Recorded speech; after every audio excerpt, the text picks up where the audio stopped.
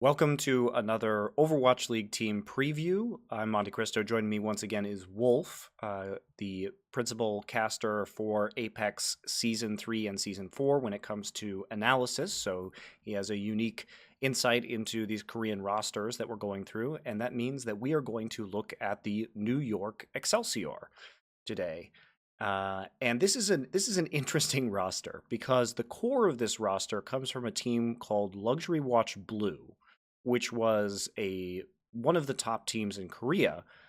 But when they were acquired to become the New York XL, they dropped out of Apex Season 4. So some of these players we have not seen in quite a long time. So we don't have the most recent or current knowledge about them besides what we saw in the preseason, which was a win over Boston and a loss to Seoul Dynasty, which contains like a million asterisks because they didn't have one of their primary support players, Jjonak, who was too young to compete. So, talk to us a little bit about LW Blue and what we used to see from them. So LW Blue was never an Apex champion. Most people Hmm. know that, obviously, but I think that's the first thing to put out there. But they were always hovering around top four, and a lot of people were saying they were always the number three team. I thought they were They going to had win a season 2, by the way, when I was yeah, casting. they So, had a like a kind of mini rivalry you could say with like Meta Athena for those top spots, right? Meta Athena and LW Blue were always trying to get there to try to get to the finals. Um, but it was a solid team, and as you say, like many did predict them to win season two.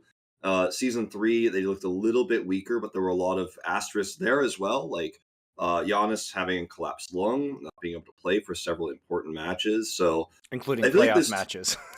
yeah, I think this team has actually been plagued with like a lot of misfortune in terms of their roster. Like the Giannis stuff in particular was something that in season three, myself and Papa Smithy, who I worked with, we were both the analysts for that season. We talked about it together a lot. We meet up and talk about preparing for casting this team, and it's like it's such a sad story because it's supposed to be a good match, but there's always like Giannis is missing, or like Pine has to play support, or Yeah. there's always like weird stuff going on where you're looking at it going like, God, like this team was so good in season two, but like this isn't the same team, but it's not their fault. And then in season four, they dropped out. To prepare for the transition. And given the ages of the players and everything that was going on and their pretty small roster, I think that maybe that there was supposed to be a larger roster. Maybe a lot of things didn't go as they planned in the transition period to Overwatch League. So we didn't get to see them in season four. And I think it was kind of sad for a lot of fans because I think it made Apex season four miss one of its biggest contenders. Oh, absolutely. Um, and it also ruined that group, which is part of the reason why like somehow like the Foxes were able to get top four. Foxes are not bad, but they got top four. It was a little bit of a weird tournament. Let's be serious. But yeah, I think this team is a team that's always been good. LW Red, which was had some of these members, won I Am Youngie back at the end of 2016. And I think that's when a lot of people started like really focusing on this team, and they were really kind of put on the map for a lot of people because not everyone watches Apex, and it was an IEM event, so the people called that team like LW Purple because it was like some of the red Yeah. players, some of the blue Well, players. okay, that LW Red team was not really LW Red. It was a mix of Yeah, red and blue. So there was like yeah, anyway, the point is there are many issues in this team history. When they were winning, it was a weird roster. When they were losing, it was a weird roster. Even with all of these asterisks, they still placed third in season 2 and they still placed top 6 in season 3 of Apex. So we're still talking about a team that has overcome hurdles and even with all of these impediments has still managed to perform at a world-class level. So very impressive regardless. And when we talk about LW Blue, let's start going through the players on LW Blue because this was a team that was known for its dive. So, what I always said when I was casting them is that they were extremely good at target selection, diving in and killing somebody nearly immediately. Everybody always appeared to be on the same page in that regard. So, a big dive meta team, but not very many of the players remain from that roster. Like you mentioned Yanis or Janus, depending on how you want to say it. I know the Koreans say Yanis. I studied Latin, so it makes me mad when I see that because he's actually a Roman god. Um, But when we see Yanis come into this roster, he was always he was considered one of the top tanks in Korea for basically his entire career. Just had a spat with a couple of collapsed lungs at times that prevented him from playing.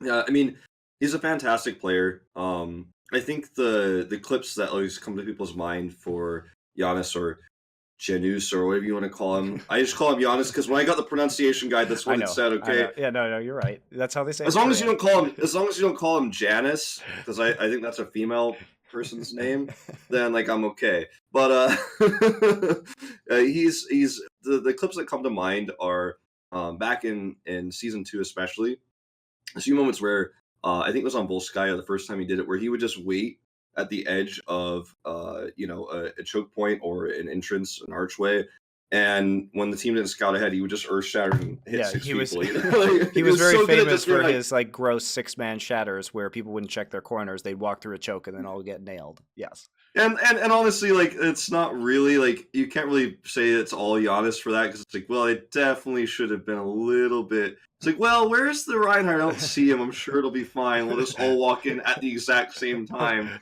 without our Reinhardt shield out just to be safe because they could have literally just even if they didn't know he was there, turn the Reinhardt shield to block it just in case he wasn't there. It's like, oh, okay, fine, let's turn back around. But he had some incredible game sense, I think, in the early parts of Overwatch because I mean, in 5 years, people will say like, "Oh God, everyone was so bad back then," right? People will probably even say like season three, season four, like people have gotten so much better since then, right? But I think at the very, very beginning of Overwatch, having the game sense to figure out things like that and know when teams are gonna do a stupid thing like that and walk into a choke point, he was very good at that. He's very intelligent as a Reinhardt player. His Winston, I think, leveled up over time, but he was kind of plagued again by these collapsed lungs and roster shifts and then not playing in season four, for example. So during the time between season three's end and the Overwatch League preseason, you can imagine, and we haven't seen that much yet, as you said, only 2 games where they defeated Boston and then they lost to Seoul. And imagine the leveling up of Giannis's Winston during that time. He's probably been playing almost exclusively Winston to kind of fill that gap when the meta changed. It's tough to say how he'll do in the longer extended season, but it seems like his health has been much better recently. And I think the thing about Giannis is he's a player that you can't really go into this season with high expectations for necessarily. I think to judge Giannis now is unfair, and I think that if we see him do well after a few weeks of Overwatch League, then we can talk about it then. But he was a player that was always good at Reinhardt, mediocre on Winston, partially due to the fact that the meta shift happened while he was also having health problems. And I think we'll know more about where he stands later. And if Reinhardt suddenly gets, if there's like a crazy buff or something, a patch comes out and Reinhardt's strong, then like that's going to be a big boon for this team, no doubt. But I think it's tough to judge Giannis at this moment. Yeah, and probably, like you say, due to the meta and due to his skill, we're going to see Mano come in more often than not as that main tank role. And Mano, many people might remember him from his victory in the 2017 Overwatch World Cup as the main tank. And the reason why he was selected for that position is because the Korean committee thought that even though Miro was potentially a better Winston player, Mano was a more balanced player between Reinhardt and Winston, and they didn't know which meta was going to come up. So Mano is a formidable all-round main tank that definitely has the diversity in play to sort of fill both of the Reinhardt and the Winston roles. And he came from Africa Blue, so he was a pickup to this roster. He was supposed to be so. He and Jjonak were supposed to be in Apex Season 4, so they had signed with LW Blue and then were removed. So we really haven't seen them outside of the preseason play with this roster yet. But you look at it and you're like, okay, well that's a great pickup for this team. Yeah, I think that's one of the most controversial things that's ever happened with Korean rosters in Overwatch history was actually the choice to pick Mano over Miro. There was actually a lot of like anger about that in the Western community. Sure, a little bit. Like a lot of people were really surprised by that, but in the Korean community, it was a lot of even like outrage, especially by the lunatic kind of fans. How dare you? Miro is the best, and Miro was the better Winston. I'd say only slightly at that time because he was underperforming a little bit. But I think that this pick was so smart by the Korean committee, mostly headed by what we call YBT, the other analyst, and the Marine, the two analysts that Yongbong did Tang is Apex his casting. name, his Yeah, full name. Yongbong Tang. So we call him YBT just because that's faster and easier. Um, yeah, they made this choice, and I thought it was super intelligent because of his ability to flex onto Reinhardt much better. And a lot of people don't know this because Korea didn't really play this in their actual matches when they qualified, but leading up to the qualifiers for World Cup, the round of 16, where we had all those China, Australia, etc. Leading up to that, we had been watching scrims, myself and Papa Smithy, and we had also seen the games they were playing show matches with the World Cup team, and they were all playing this style that we call phalanx, where you have the Reinhardt with something even like a Hanzo, which is something that Panthera was doing a little bit, where you have this strong DPS, but you mostly just sit on the payload with this Reinhardt Zarya. It's almost impossible to break. It's very strong anti-dive composition. Um, and because we knew that was happening, it was like, well, you need to have someone who can play Reinhardt. This might be the meta for the rest of the year potentially because it was so strong and it was being used in scrims so often.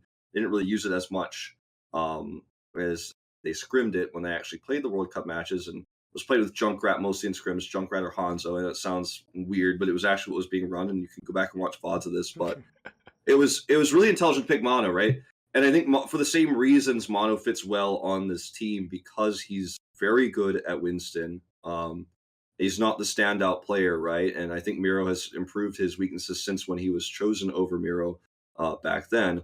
But he can also play a very good Reinhardt. So you've got two players that can play Reinhardt well, and I think I keep talking about this, right? Like maybe there's going to be a change, maybe there'll be a buff to Reinhardt, maybe he'll come back to the meta. I think that's going to happen eventually, inevitably, right? Because the balanced team is going to kind of work out some of Reinhardt's weaknesses, and you will see pro play eventually, and probably at some point during this inaugural season. But he's a very flexible tank, and I think that for the reasons I basically just said, like I think he's a smart pickup. Pulling him out of Africa and putting him on this team gives this team that strong force when perhaps Yanis, who might be the secondary tank for the most part, or if he has health problems, you've got this really strong backup. So another player who was on the Overwatch World Cup roster with Mano this year was Saebyeolbe. And Saebyeolbe has been on this LW Blue roster for a long time. He is primarily a tracer player, but can go to some of the other hit scan heroes when necessary.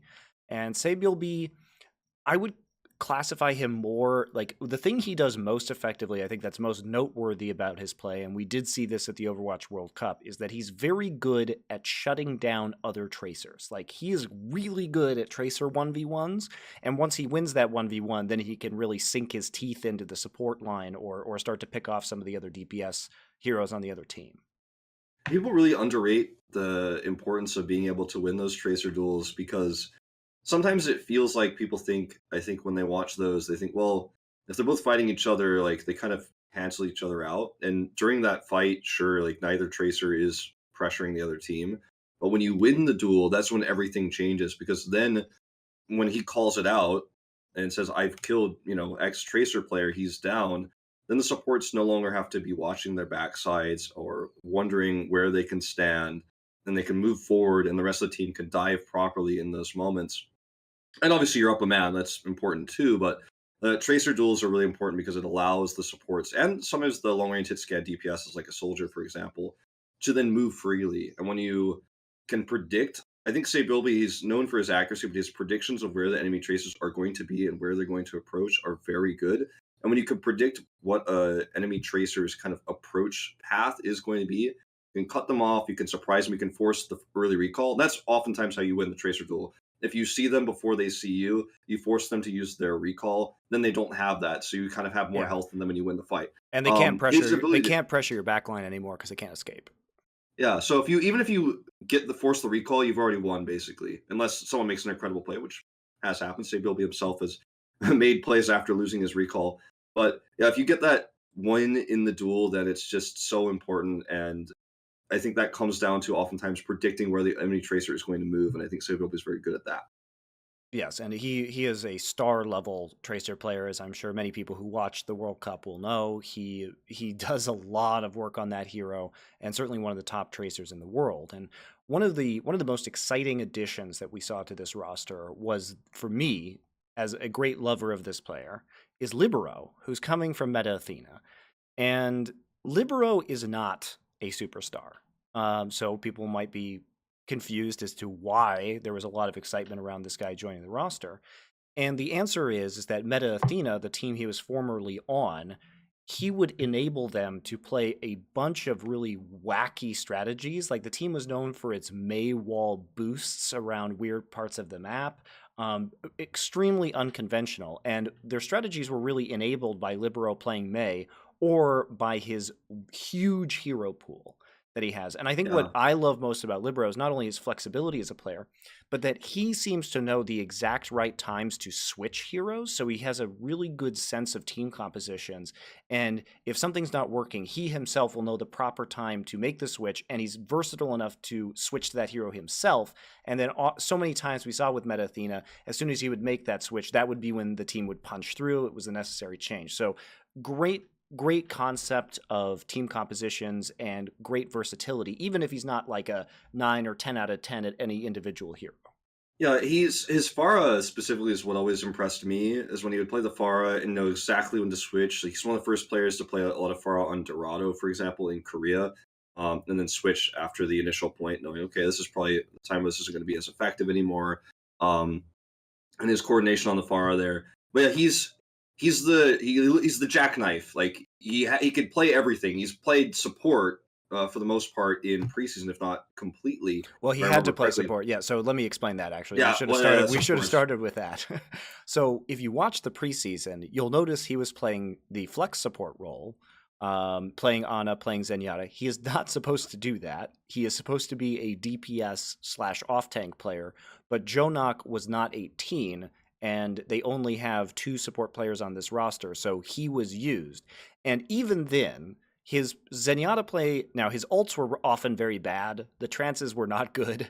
And it was very clear he was not comfortable in that role. But, his accuracy, his orb usage wasn't terrible, all things considered. But that was a major problem for this New York roster in the preseason. Sure, yeah, that's right. I actually just slipped my mind. I forgot about the fact that he had to play it because Jjonak was that not there. But yeah, he was playing the sport and he was passable, right? Like he was like a maybe a 65 out of 100 on the support, right? Like he was passable. Um, but he is the jackknife. He's like Ditto in Pokemon. You know when he, like Ditto transformed into Pikachu, like his eyes don't look exactly right, but like he's still like Pikachu can still do Thunder Shock. You know, like that's Libero, and he's very good. Like I don't want to discredit his play, but I think you said it best when you say he's not a superstar, but he can play everything. So and that's often a challenge of Apex teams, going into the Korean scene, right? Is well, they've got these really strong players, and the meta shifted, and they can't play this style, or they're very bad against this particular style because they can't play McCree, or I'm just making this up, right? But there's often moments where we can't run this comp because our players aren't good at that style, so we're struggling. And Libero kind of makes it so like I can play anything. So if you need this hero, and not only need this hero, but you need this hero to be played in this specific way. If you tell me how that's going to be, I will do it. And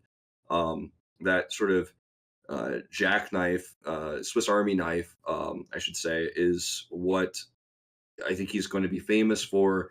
And we will see a lot of comps out of this team, and we might even see a lot of cheeses out of this team in Yes. terms of attack strategies because they have Libero. Yeah, but what to watch with him, as you're saying, he's not only a very versatile player, but he's a player that enables strange strategies also.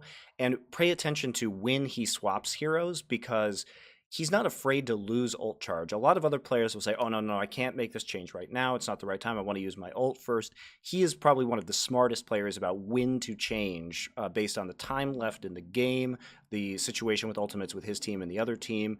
So he's not afraid. He really thinks about it. He's not afraid to make some of the sacrifices that are sometimes hard for other players to give up. They think, oh man, in this next push, if I can just make that play with Widowmaker, then we're going to take the point. He doesn't do that. Yeah, He's like, I need to make this change. It's for the good of the team. So be very, very watchful of him.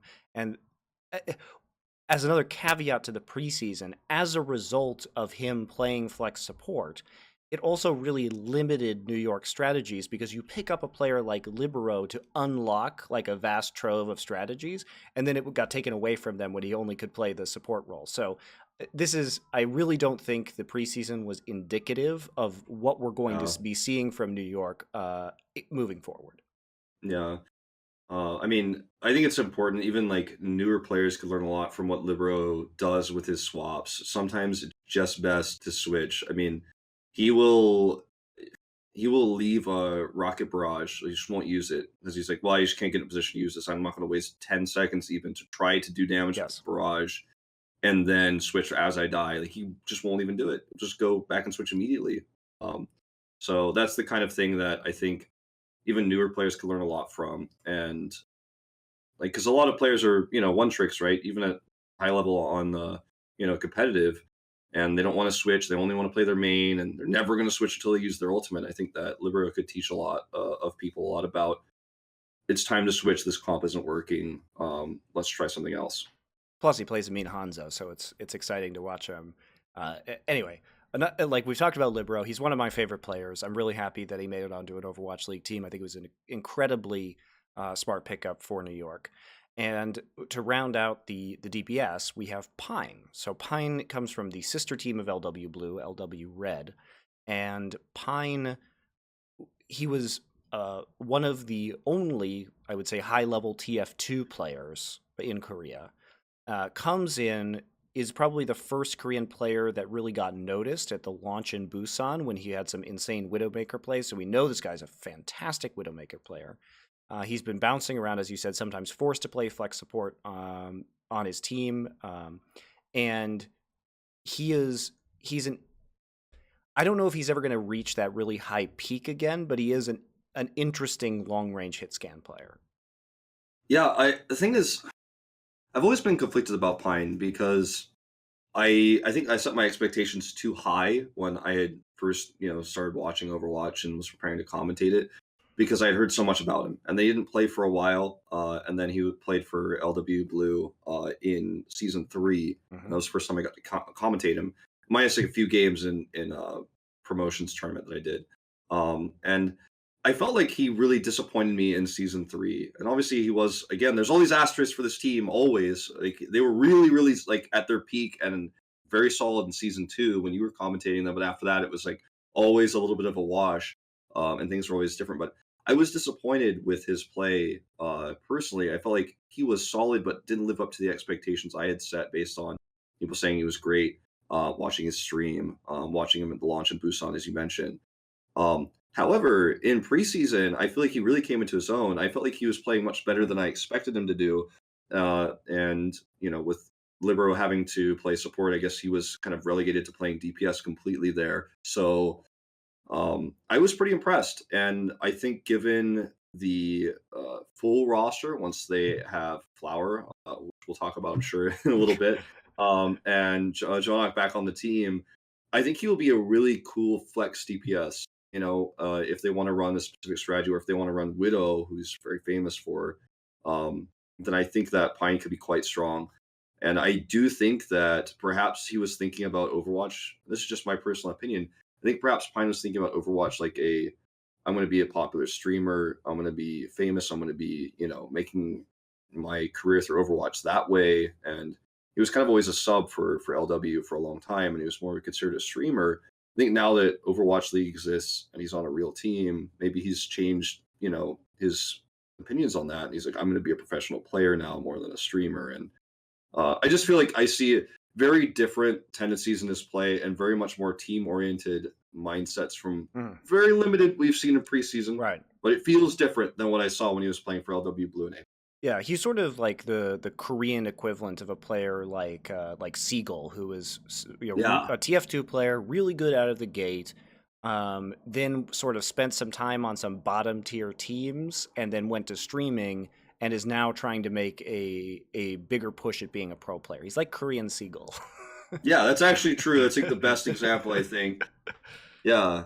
But yeah, he was super famous in streaming, and I think that like maybe that's what he thought his path was going to be. Maybe he thought that's how I'm going to make money in Overwatch. very good at streaming and being entertaining. I think maybe the shift now is to be a professional player, an Overwatch League player. There's a lot of prestige associated with that. And, obviously you can still stream along the way, but I think the focus has shifted. That's just my opinion. That's just what I've noticed. I haven't asked him, what his career goals are, but it just feels like you can really feel the difference between season 3 Apex and now. So their primary off tank player is going to be Meko, and Meko is a player who's been on LW Blue for a long, long time alongside Yanis, and was one of the better diva players.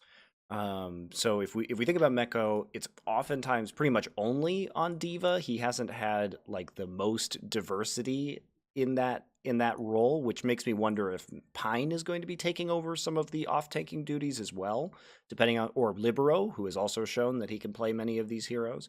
What have your observations about Meko been? I've always been really impressed by Meko, actually, and I think he was a very underrated player for a long time. His protection specifically with Diva over supports, for example, is really good. Um, that's not always how Diva is played now because of the changes to Sure. it's basically the changes to defense matrix, the rework, the rockets, and everything else. Um, but that was what was a really big standout for me when I cast him at Apex, when I watched him play through the seasons, and also when I first cast him in promotions for Apex Season 3. I was very impressed with this player, and I really just feel like it's tough to say because of all these players not playing for a while how well they'll do. But this is a player to me, like if I were looking for a diva player specifically, and I was trying to think to myself like, who's a free agent right now? I got to get this roster together. If I were a coach or the person making the roster, he'd definitely be someone I'd be towards the top of my list because of his potential, I think. But he was never as famous, of a diva player as other players like Hoon, who he was more known for his Zarya, but like Hoon was known for diva too. Zumba, Void, for example, these diva players, Choi Ho Bin from X6. But I think he's up there, and I think he's if he is given time to grow and is properly kind of led in the right direction on this team, he will be a strong player. But again, difficult to judge, and that's always the thing we have to say with these players for this team right Right. now. But I think he's a good player, very defensive oriented diva, and those sort of strengths for his Zarya as well. If he does end up playing the Zarya, will show through as well. I think just because it's very protection oriented more than aggressive with these off tanks. So to move on to the supports, we have a player named Jjonak who has been getting a ton of hype. Now, this is a player who is signed to the LW Blue roster immediately before they decided not to compete in Apex Season 4. So we have literally never seen this guy compete with these players. And in fact, the only thing he's ever competed in as a professional have been some minor tournaments on amateur teams. So his stream has been blowing up, though. From the chatter that I hear from the professional players who have scrimmed against him, they say he's just an absolute monster on Zenyatta. Like definitely one of the best Zenyatta players in the world, and deadly in terms of his right click accuracy. Jake was talking about on Oversight with me and Thor and how he plays at an extraordinarily low sensitivity on his mouse, so he's got crazy accuracy. But we don't know exactly how he's going to do on a stage. Will he get nerves? Just so many questions about this guy, but obviously a lot of raw talent. So I've watched this guy stream a lot. Like I follow him, and so whenever he's on, I see him on, and his Zenyatta to me feels like the fantasy of what everything that the developers put into creating the hero Zenyatta. Like it feels like this because he plays on low sensitivity. It feels like he's just kind of like in this transcendent state, like looking around. He's very calm. Like he will flick to get kills, but like he's normally very calm, and he sees a tracer, he's on his low sensitivity, he's like, okay, goodbye, like left click killed you, like leave me alone, like you're messing with my Zen right now, like, and his right click accuracy as well as you mentioned is very very good. I saw this clip of him, and I think it was on the competitive Overwatch subreddit. Maybe I saw it on Twitch or something, but where he was on Nepal and he like basically killed 4 people Oh, that was a great while clip. Tracer's trying to kill him and stuff, and he's just killing everybody while also like sending orbs of harmony like here and there. He's like, oh yeah, this guy needs healing, but I'm killing this guy at the same time. Very, very impressive. But we always have to be careful though. Like you said, you get nervous. We got to be careful about hyping up players that are so good on stream, even if they're so really highly ranked on the And in competitive scrims. I mean, we know he's ladder. good in And scrims from what everybody yeah, says. yeah, like he's definitely good, but we always have to be careful about players like this because you don't know like well, we don't know like what his personality is, on a team. Maybe he is like, "Oh, I'm really good. Like, I've got a lot of stream viewers. Like, maybe he's got a bit of an attitude or something. It could cause problems with the team." I don't think so. He doesn't seem like that person to me, but I don't really know him. I'm not hanging out with this guy on the weekends. And he's never played on stage before, but this is one of the. I think this has the potential to be one of the greatest players this season, just based on what we've seen so far. Yeah. But he could also be one of the greatest disappointments, and I Yes. think we got to be careful I mean, before we go into this. there have been huge levels of hyping up him and Arc from the pro players who have played against them in scrim, saying these guys are the best support duo in this meta, the Mercy Zenyatta meta. Clearly the expectation has been set very high, and I'm looking at his Liquipedia page right now, and he plays at 800 DPI with an in-game sensitivity of 2, which is ridiculous. That is ridiculous. I'm like looking this up right now. Just make sure you're not trolling. Yeah, That's pretty absurd. So his partner in the support line is Arc from LW Red. So he was playing on LW Red right through the end of Apex Season 4 as a Lucio player. Again, another player that's been hyped up quite a bit on his Mercy play now, actually, at least from what we've heard in scrim. So when he was on LW Red, you were casting him. He placed top 6 in the 4th season of Apex. What were your thoughts on this Arc guy? I thought his Lucio was really reminiscent of what I saw from Toby at the beginning of Overwatch.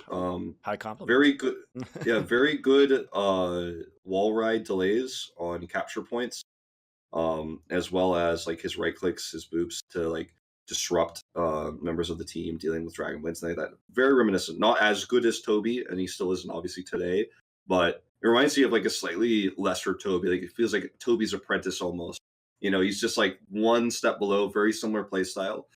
Sound barrier usage really incredible, and I've heard from a few Koreans, but mostly from Westerners, that he's very good at shot calling. And I don't know if he's actually really their main shot caller or not, but very good, like Closer from who's on GC Busan, at understanding where enemy ultimates are. And I'd heard a lot about this from this player. He's very good at saying like, all right, they have these ults right now. Let's try to save our ults for this. And it showed, if I look back at after knowing that, look back at his games on LW Red, his sound barrier usage was very well timed. Not always perfectly positioned, but very well timed. He knew when to take that sound barrier, when to take that fight after certain ultimates were used, so he could time it to not overlap with the transcendence as well. There was a lot of good communication going on there. I've also seen a few clips, and the one that was another clip I'm talking about, things that everyone has seen. I think it was Ark who was streaming and saying like they're all going to use all their ults in this fight, just let them win the fight, and then we win the next fight and win the game. It was just like a game. I think he was either playing solo or duo queue. And he was talking on comms, telling everyone on this competitive game, like, no, they're going to use all their ults right now. Let them use it, and like, let's lose the point, and then we'll just retake it with all of our ults because we have all our ults. And like, exactly that happened, and it was like clipped on Twitch, and I'm pretty sure I saw it on the subreddit. He's been popular with the English speaking community because of his English ability and because he's a very fun streamer to watch. Never like very good attitude, never tilts, like, so he's become a very popular streamer with Western viewers actually, which is fun to see. So all the things I've been hearing about like his understanding of ultimates and things like that are definitely, when I look back at, like I said, at the LW Red VODs and even just watching the stream and stuff, it feels like he's very, as a Lucio player, obviously now he's Mercy, but as a Lucio player, that's something you're always kind of thinking about is where are the ultimates, what's the charges, what's this team planning on doing? Even if you're wrong, you have to have like a prediction so you can set up for what you think they're going to do. And it seems like he's very much forward thinking, predictive in his play style. And I think that's a pretty important skill to have. And sure, all Lucios do this, but Ark is one that I've heard a lot of people saying he's very good at this kind of play style. I think it's going to show. Yeah, so do I. So that will round out the players on this roster. But we also have the coaches. So they took both coaches from LW Blue, Pavane and Wizard Hyung, who obviously have done a great job with this team over the long haul. So they haven't changed anything on the coaching staff side. I think we'll continue to see similar good results from the coaches. Yeah. I mean, there's not much to say, I think, about this. The ported the coaches over. Coaches were clearly really good and got them that top four spot in season two. I think it's also important to note that the coaches were able to, despite all the tough circumstances surrounding the team in season three, able to still have like a pretty decent run. They made playoffs. So I think that speaks a lot to this team. And Jidset, who was the old coach of the team, has, I think, really, he was one of the kind of founding members. And I think he built this team right for the most part at the beginning, and Red as well, the LW squads, and kind of passing this on now into Overwatch League. I think he's going to be proud of like what his team was able to accomplish, and the staff moving over. I think it's going to do a good job, but this is not the famous coaching staff that Seoul Dynasty has, for example, or some of the other Western Overwatch League teams have. But I think it's a solid lineup that will just continue to, in the background, make this team better. So when we think about what the expectations are for NYXL in the first season, it's obviously super hard to get a read on them because many of these players haven't played outside of the preseason for many months. They have, we've noted multiple times, they've always been beset by missing one player or having one problem or another. But with Libero, they've unlocked a lot of strategic options that the LW players didn't necessarily have previously, and they had already started to retool this roster in anticipation of Apex Season 4, a season they never got to play in with players like Mano, Arc, and Jjonak. So uh, this team could be good enough to win the league. Like, we actually can't say that they're not because we've never actually seen them play as an entire roster. I think given the talent that is on this roster, just kind of looking at it, even each individual player, like one by one, I think you have to think this team should make top four. I think, Well, I think but anything outside of top four would be a pretty big disappointment. yeah, right. So, will they win the tournament? Where will they stand in terms of the three like full Korean rosters? Seoul, London, and New York. Where will they stand there? It feels like they're in the number three spot right now, although they did outperform London. Most would argue at the preseason. But yeah, it's really tough to say. I think, like you said, less than top four would be a disappointment.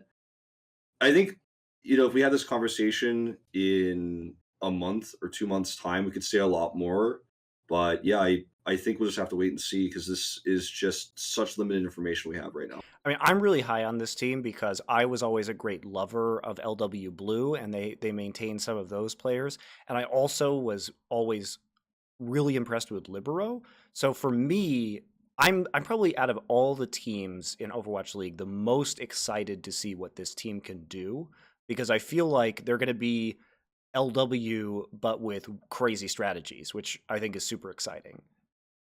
I think there's something to be said even about the logo is not my favorite, but the fact that it's blue, like that's the one callback I see in the logo where it reminds me of LW Blue, and I think that blue feeling is still going to be there. Hopefully, they do better than they at least make top four, so not feeling blue while they're going through it. But yeah, the core is there, and I think there's a lot of potential. There's a lot of potential for disappointment though as well. I agree. I tend to take. I'm a little more bullish on this team. I think that this is the team that can contend for a title. I think we're going to see a lot out of them, but it'll be the first few weeks are going to be very telling as to how well this roster is gelled. But until we actually get that data, which we unfortunately did not get in the preseason, then we're not going to know. But anyway, that's going to be our Overwatch League team preview of the New York Excelsior. Thank you very much for joining me, Wolf. And there will be, of course, more previews on my YouTube channel.